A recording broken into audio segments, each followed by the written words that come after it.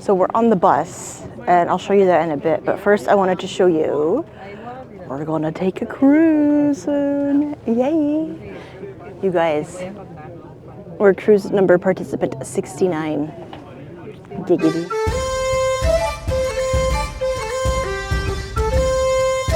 Hello, and welcome to a very rainy middle of the Highlands.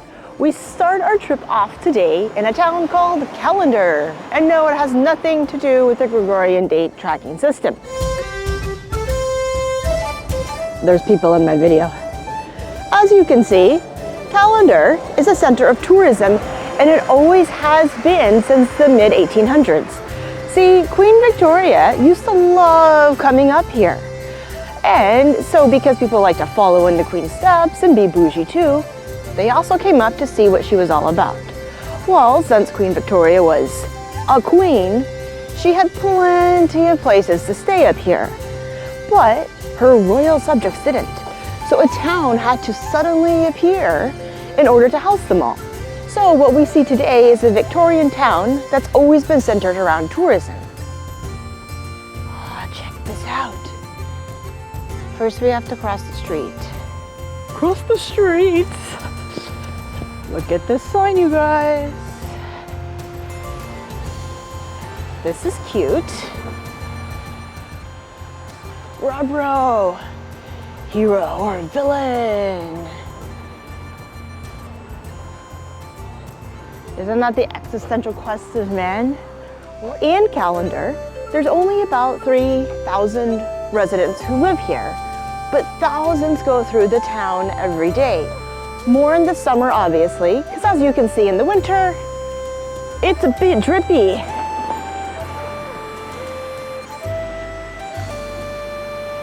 Unlike Edinburgh, you can see most of the buildings are built in two-story manner, and this is because there was no need for them to be built any higher. We see a lot of tourist shops. Oh, look, you can buy a flute. Exactly what I want to do in the middle of Callander.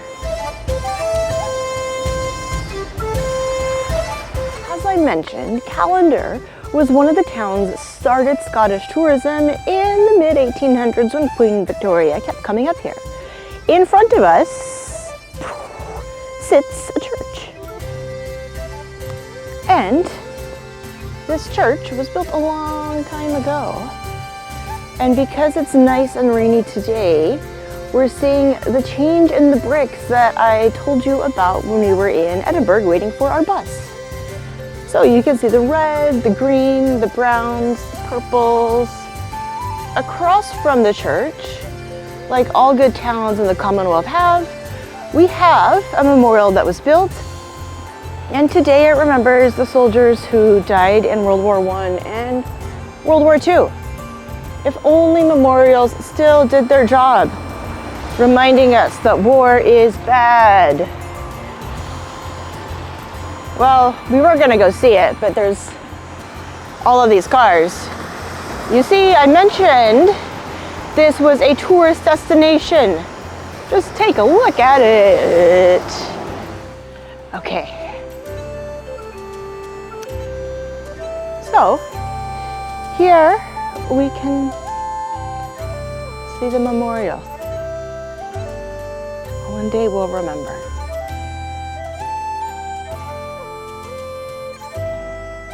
I like this bench here. Poppies, remembering what happened. And next to it, we have this nice little poppy planting tree. Okay, there's a bakery here, and I think we should go check it out. So it's a fair question. Oh, there's an exploration.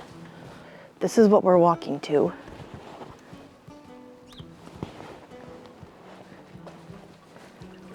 Check this out. Look how tiny it is. Tiny little doorway.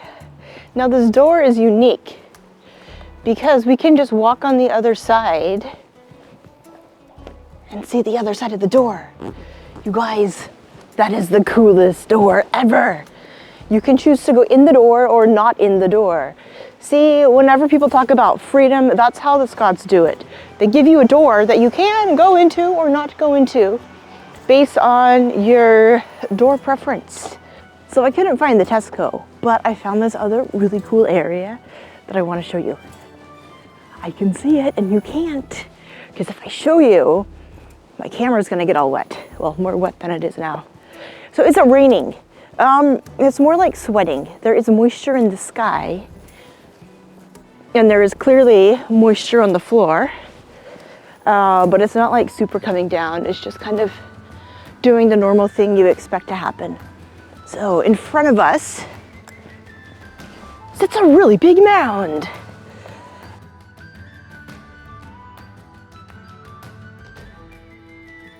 But we're gonna go on this really big hill.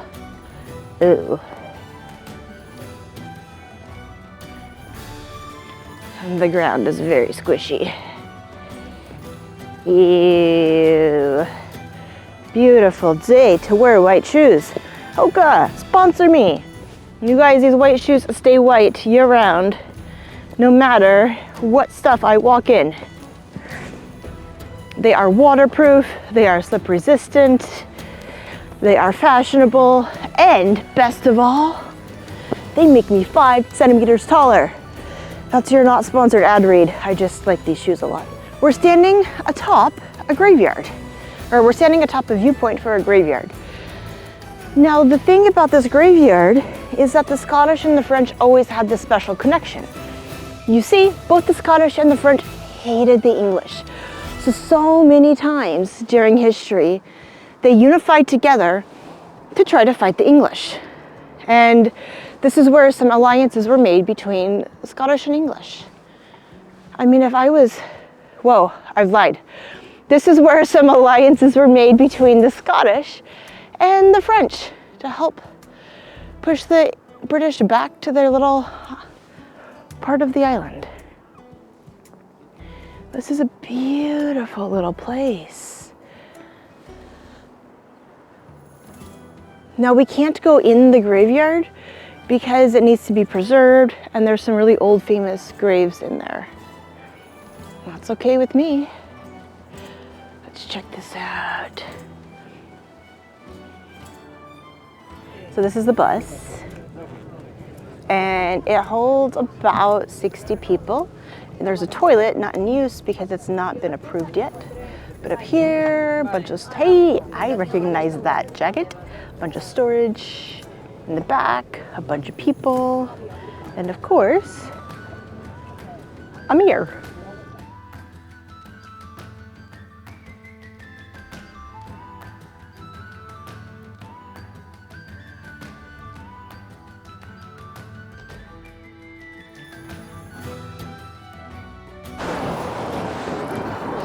So we just got cooked by our bus driver. He decided to turn the bus to 30 degrees.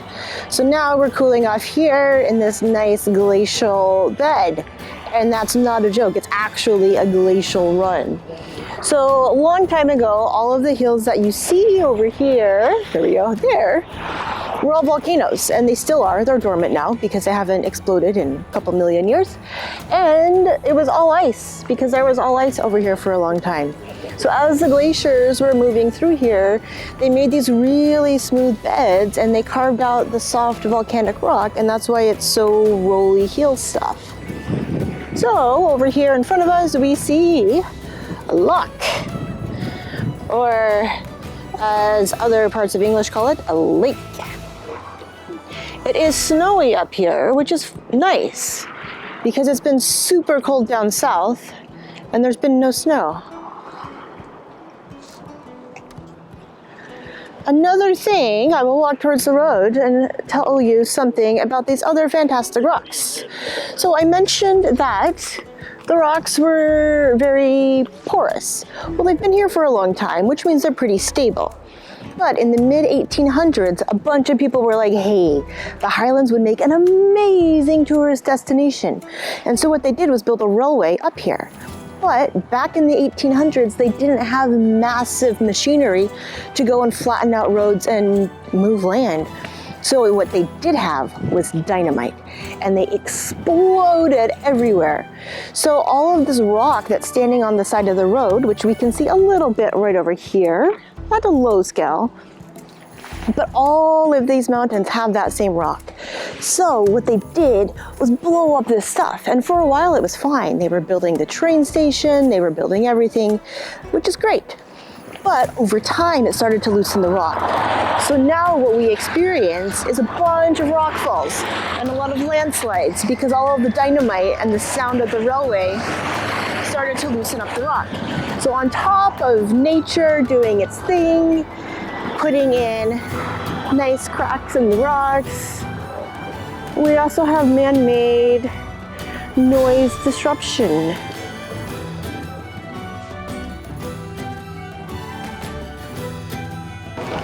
So now we're in the middle of Glencoe.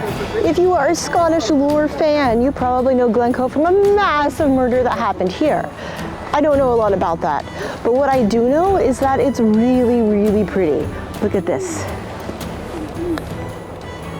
Check that out. There's a little house up here. I think that I should be late for my bus so I can go explore the house. So this area formed about 500 million years ago. Now, if you're a young earther, then don't take offense to that. Just translate that into how old you think the earth is, do the math, whatever. So that's fine. But you can just see how round, I got stuck in a bush and chiseled everything is.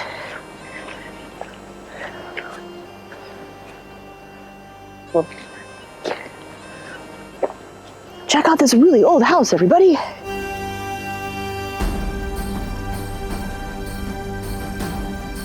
I think if I were a house, I'd want to be like this.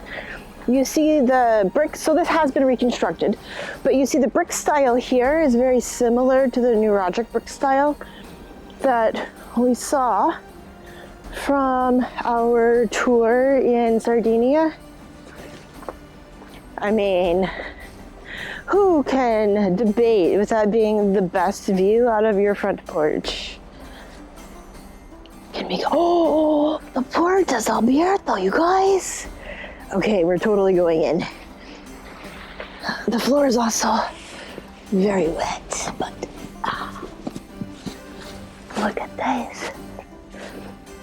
We're inside a very old house. Make sure I don't run into anybody. Look, this house has a toy. You can swing above the fire. Give me fuel. Give me fire. A puerta that's abierto is what I desire. Yay. Okay, now let's go find the bus puerto. That's probably waiting for me.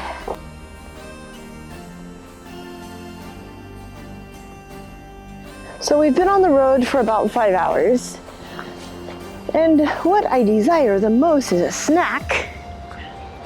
And as I was unable to find Tesco, and as I woke up last night at 2 a.m. very hungry, I ate one of my 2 emergency snacks. So I'm saving my other emergency snack for an actual emergency, which may or may not be in the next hour or so. But I wonder how I get back to the bus. Bus. Hola. ¿Dónde está mi autobús? Uh-oh, it says I can't go over there. Although that's the way I desire to go. Okay, maybe I can go in this door. Maybe? No! Okay, we're just gonna have to go jump this fence, I think. Because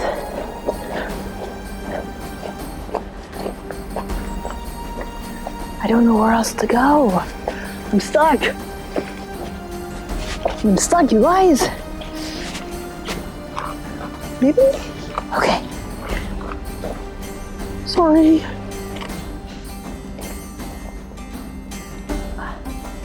Okay.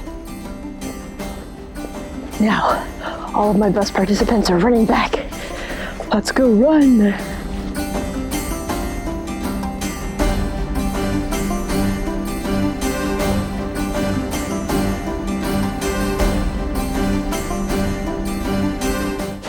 finally found a grocery store. I have no idea what to buy though. We definitely need snacks because I decided to make a tour out of my tour. More on that in a bit.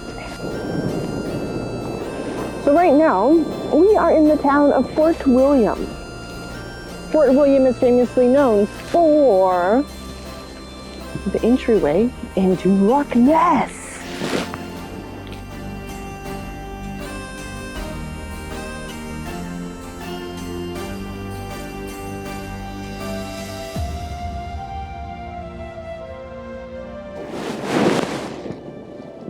Lunch done.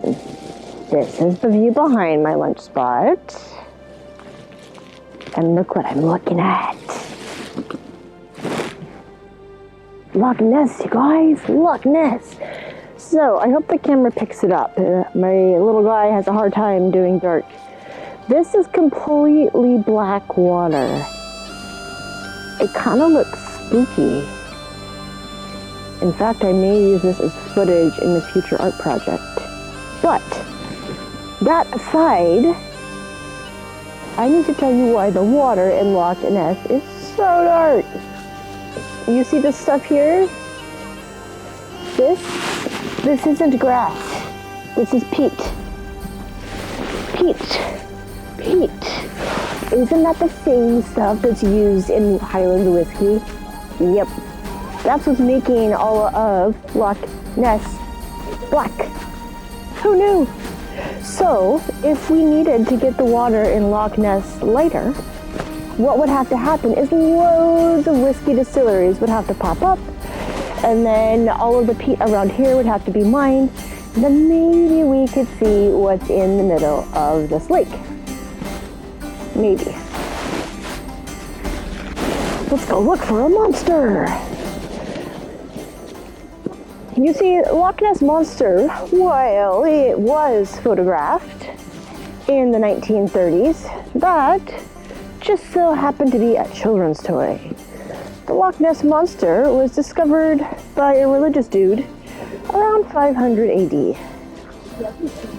And this religious dude said that he was saved from something trying to attack him. Right here we see a new Loch Ness Monster in training. Go, Nessie, go! The lake never ices over. Now sure, we see some ice here where Loch Ness Monster in training is going in the water. But year-round, the water usually stays around 5 degrees Celsius.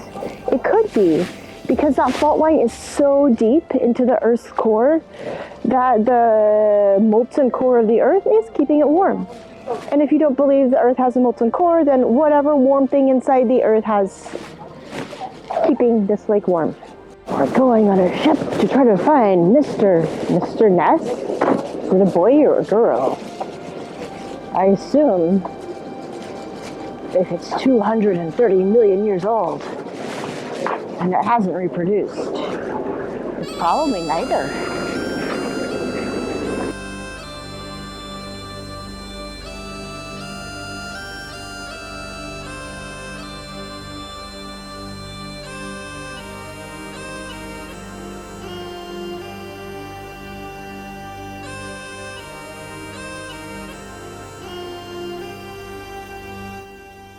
The Loch Ness Monster is said to be a Plesiosaurus, I think. Plesiosaurus? Something-osaurus. Why do we care? Because those guys are over 200 million years old. Wait, how did we get from here in 500 AD and then 1930 to a 200 million year old monster? Well, this entire lake is above a massive fault that's around 400 to 500 million years old. So a long time ago, the earth cracked and all of this water filled in. At its deepest point, this is 230 meters deep. So all of the water combined in all of England, all of Wales, wouldn't even fill all of the water in this little lake. the fault that has created Loch Ness can be seen from space. And you can see the balloon down there, and that's where we like it. So in order to get down there, you gotta go for the 80 minutes as I've been before. And because it's not scientifically studied yet, there's probably dinosaurs down there. Oh, we're gonna hack the computer again. I always go up at the most inopportune times. Oh. Dramatic zoom on your face. So because there's only been one submarine who went down there 40 years ago, and they didn't even get very deep. So they go in, and they realize that, hey, it's dark. They turn their light on, and they see nothing. Because obviously, if it's dark and you're in the midnight zone in the ocean, all of the fishes are going to swim away. So what we're floating on right now, probably organics from millions of years ago, and they still stay a secret. Again, it's another parable on things that hide and stay hidden away from society are treasures. So I left the pirate prison, and now we are en route, and I will tell you all my new plan. So my new plan goes like this. My tour bus is going to start driving back to Edinburgh, but I don't want to do that because I'm an adult, and because the tour bus is really hot, and also because I'm still a little bit seasick, and also because I want to see Inverness. So I'm going to go tell the tour bus it's going to go without me, and then I'm going to go hitchhike my way up to Inverness. It'll probably be dark by the time I get up there, but I'm still really curious to see it. Let's walk together amongst the herds of people back across the two bridges. Oh, my stomach is reminding me that this, you see this? This is how I feel. That's okay, it's pretty. I'll put up with it. So pretty.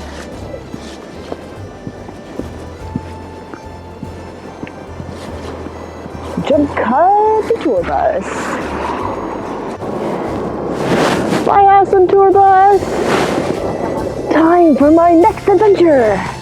First, we shall start by scaling this wall. Maybe that's not a good idea. I would like to end alive in Inverness. First, we'll go find something to fix my stomach, because my stomach is very not happy at me.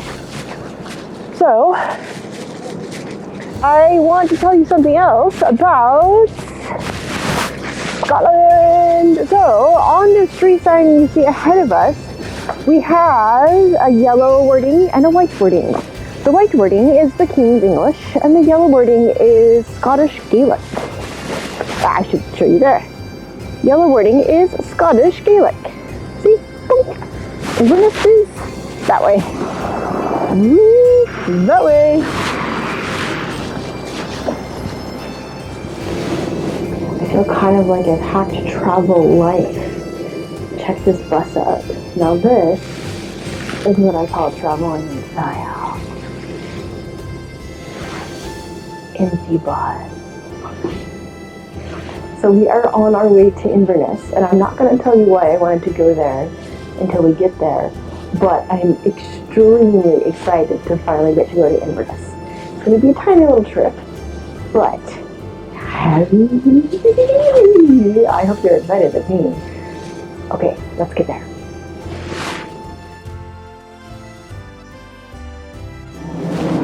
We've made it to Inverness. When I start my podcast, that bus trip is going to be something that I talk about. So by the time this posts, I've probably already started my podcast. But Yeah, I love buses. So many amazing things happen. So we are in Inverness, and as we continue to walk, we will learn more about this beautiful little town.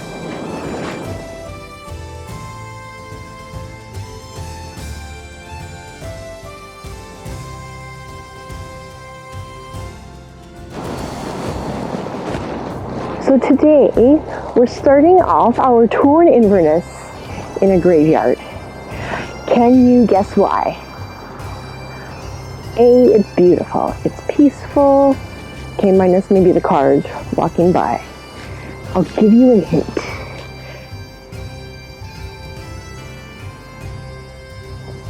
Trouble, toil and trouble. Fire burn and cauldron bubble. Anybody? Anybody? Maybe if you take a look at this, you'll see a little bit more and understand why I'm here. Inverness is the place where allegedly King Macbeth killed King Duncan, which inspired William Shakespeare's play Macbeth. So what happened is that King Macbeth talked to 3 witches, and these witches are like, yo, you will be king of Scotland. And Macbeth is like, oh, yes I will. But what he had to do in order to be king of Scotland was to kill the current king. So he did that. After King Duncan was killed, Macbeth felt so much guilt. So yeah, moral of the story, don't be a dick. Don't kill people. Maybe what someone says isn't always true.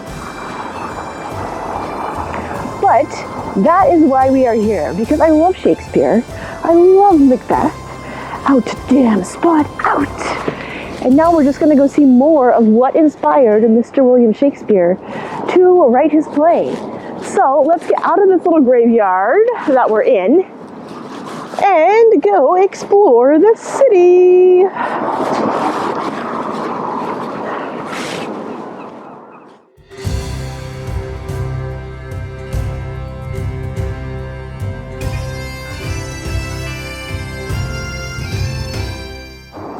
Inverness sits at the other end of Loch Ness.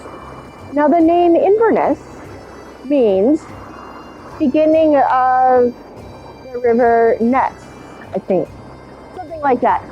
So you can take off the last part of Inverness, Loch Ness. So we're at the very end of it, where the river starts to feed into another loch, and then eventually everything dumps into the North Sea.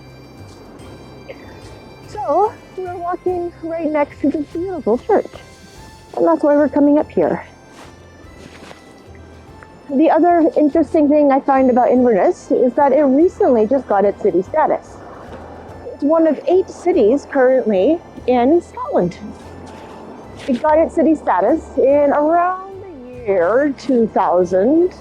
Now, I'm not really certain of what city status means, so if you know what it means, please leave me a comment and tell me, because I'd love to know, since I run into a lot of cities that are recently city statused. City statused? When I know one language and it doesn't work, that's a problem. So in front of us, again, this church that I've not quite found the entrance to yet, but I found the entrance to this very cool pedestrian bridge, which means I think we should go across it. It's fate, you guys. Okay, jump cut to the bridge. I found maybe a way to the church. Posible. La puerta's abierto. Yay! You guys, so many abierto puerto. This is why I wanted to go in. Check out this really old mausoleum in front of us. It's a little bit dark for me to read it, but we're gonna go in here. I'm gonna send you through here. Look how beautiful that is. Wow. to the right of it, we have a very beautiful entrance to the church. So why have I taken you here? So this is the mount where in mid-500 ADs, Saint Callander sat on this hill, or a little bit above everywhere, and preached to the people around that they should convert to his sect of Christianity that he was following. Now, this was the same saint who claimed in Loch Ness that he saw a monster and defeated the monster. And it was only because of the grace of God that he was saved from this massive monster.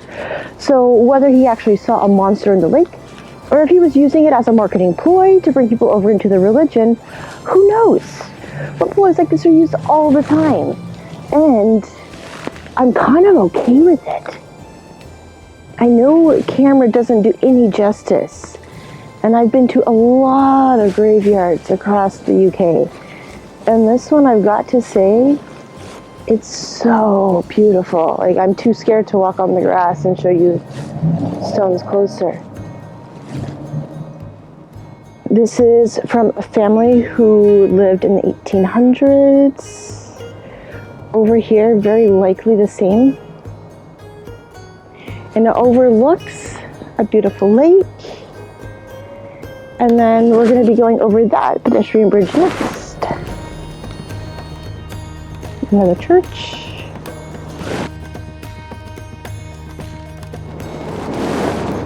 So you may be asking why I have so much footage in Inverness. Well, it's because I'm way better at doing vlog when I'm not stuck in a bus.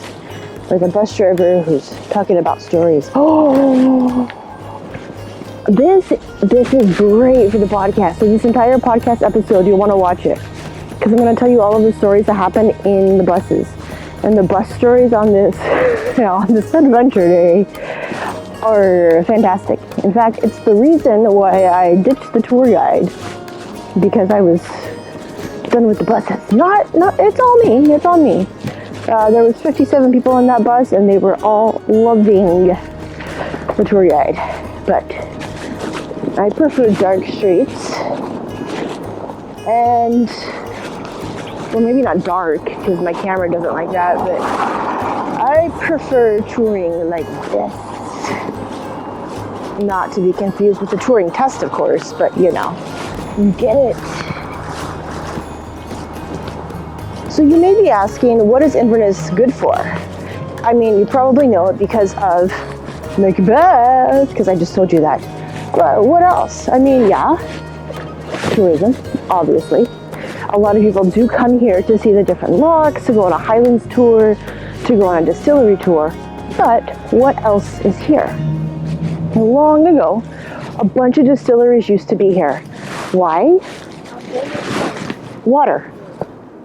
Very clean, crisp water directly from Loch Ness and a bunch of other lochs. So for a long time, whiskey was made from Loch Ness Monster. No, but it got expensive after a while to have the distilleries all located in the city. And it was more profitable for them to have other stuff in the city.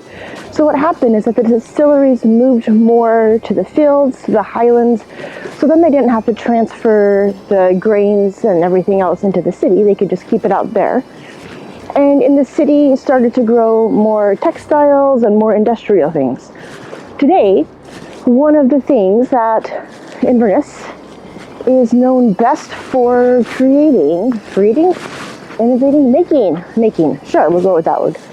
One of the things that Inverness is best known for making is diabetes tests.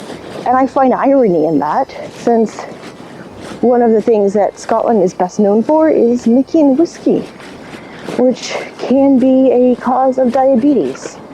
So if you're going to be a country making stuff, you may as well make both sides. Totally approve Scotland. Thumbs up. Way to go.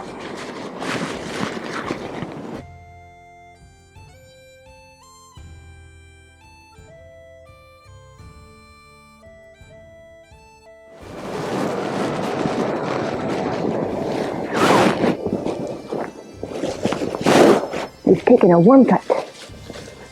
The Puerto was abierto and they had toilets. So Let's see what a shopping mall in Inverness looks like. Oh, my favorite shop sits right here.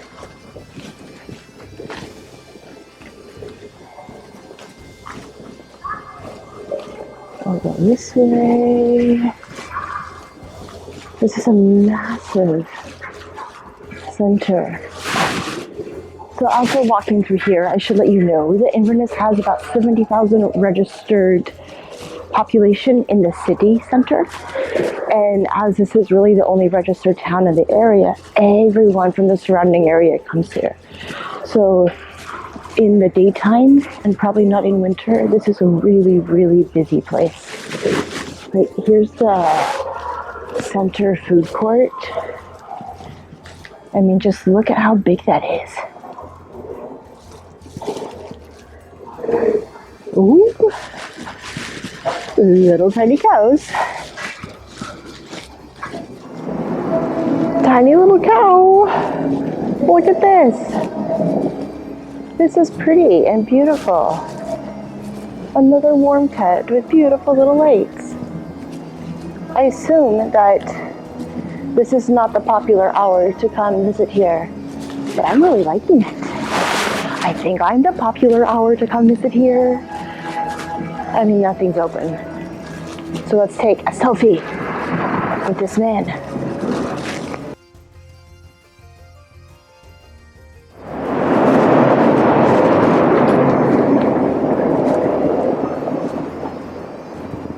Check this out. I like this. The sun can shine quite brightly. The bees will come out to call. Life's garden will start blooming. Sunshine, peaceful seas for all. Look how pretty this is.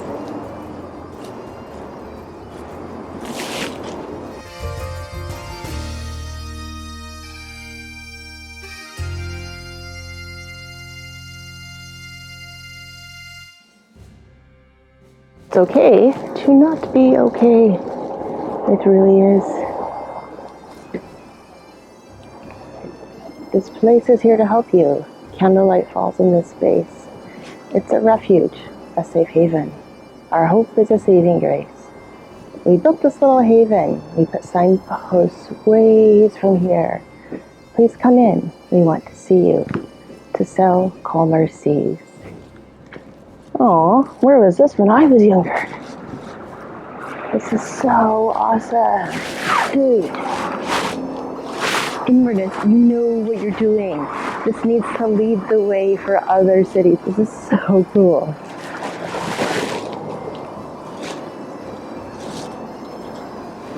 And that wraps up our little tiny adventure in Inverness.